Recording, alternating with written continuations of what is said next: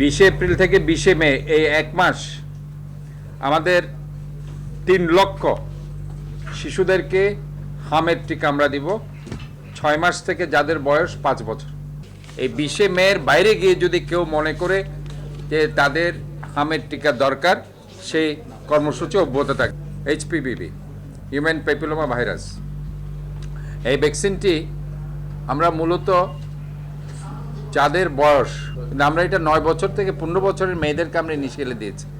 এখন 10 বছরের যারা মেয়ে আছে, মেয়ে বাচ্চা আছে,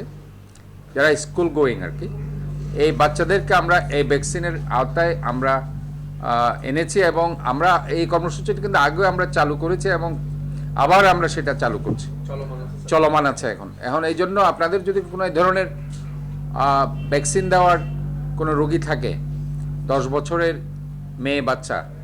আপনারা এই হিউম্যান প্যাপিলোমা ভাইরাস ভ্যাকসিন, এই ভ্যাকসিনটার মূল কাজ হচ্ছে জরায়ুর মুখে যে ক্যান্সার হয়,